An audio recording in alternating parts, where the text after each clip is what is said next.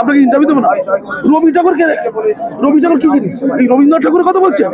ওই যার জাতীয় সঙ্গীত গাওয়াতে গিয়ে আমি রক্তাক্ত হয়েছিলাম, ওকে কি মানুষ মনে করে নাকি? ওখানকার প্রধান শিল্পীর নাম হচ্ছে অনুব্রত। বলুন, অনুব্রত ঠাকুরের জায়গা কি? ঠাকুরের জায়গা অনুব্রত ঠাকুর। তাকে সঙ্গে নিয়ে ভাষা দিবস হচ্ছে। অনুব্রত ভাষাগুলো শেখাবে। ওই ভাষার মর্যাদা রক্ষা হয়েছিল ওই দিনে।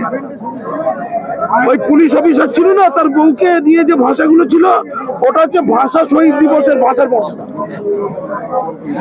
এই ভাষাগুলো বলতে শেখেনি বলে তো বাঙালিরা কোনো দেশে মার খাচ্ছে। আজকে যদি অনুব্রত মতো ভাষা বলতে জানতো, ও তো বাংলা ভাষা নয়, ও তো অন্য ভাষা, সেই ভাষাটা যদি বলতে পারতো তাহলে কোথাও বাঙালিরা মার খেত না।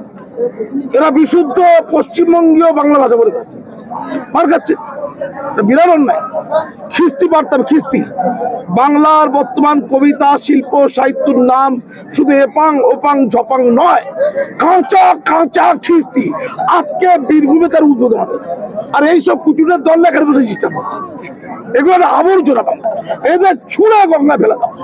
বাংলা চালাবে অনুব্রতরা, শাহজাহানরা এবং অবশ্যই সহকাররা। বোম মানতে পারে, আপনি পারেন, শুধু বুম নিয়ে ঘুরে বেড়াচ্ছেন। এই বুম ফেলে দিন, বোম বাঁধুন, বাংলা চলবে, খেতে পাবেন।